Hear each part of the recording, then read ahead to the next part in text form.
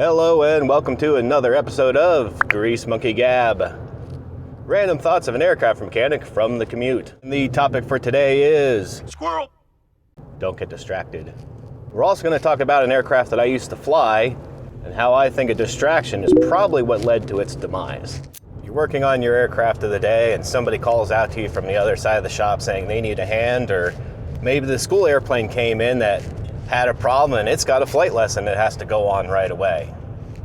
You want to be a good helper or employee, and you want to make sure the job gets done and people don't miss out on flying. You like flying. So you step away from your project, you complete that task, whatever it may be, and you come back to yours and, well, wait, where was I? Are all those fittings tight? Are all those bolts torqued?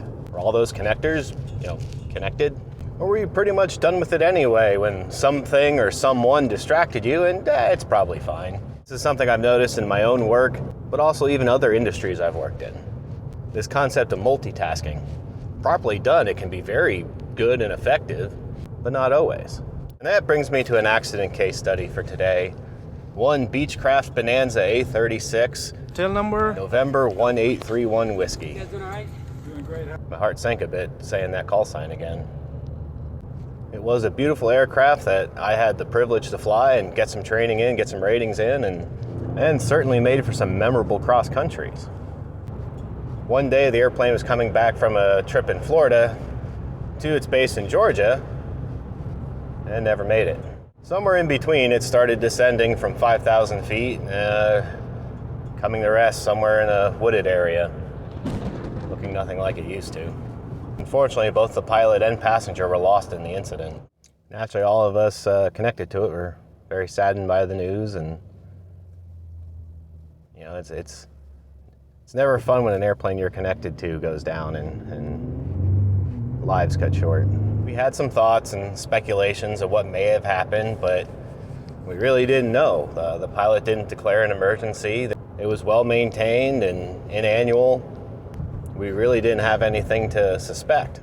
Many years later, well, this year to be exact, I decided to finally look up the NTSB report and see what happened. And right up there in the front, where, the NTSB says what their probable cause was, there's something you rarely read in these. They were unable to determine the probable cause. If we go down a little bit further to the individual engine and structure testing and the various sections underneath there, we come across this gem. The fittings on the fuel selector were found to only be finger tight. Even if you're not an aircraft mechanic, if you've done any brake work on your car and you don't have your brake line fitting completely tight, they're gonna leak. Fluid finds a way. It's hard to say for sure, but I feel like that may have been a contributing factor to the incident. How does that even happen? Was someone working on it and got pulled away to something else and, was pretty sure they tightened it? Didn't go back and check? Was it tight enough during the leak check and then maybe worked its way loose due to vibration from flying? I don't know. It's really hard to say what happened for sure, but I suspect the job was in process. Somehow, some way, some kind of distraction came up, and what happened, happened.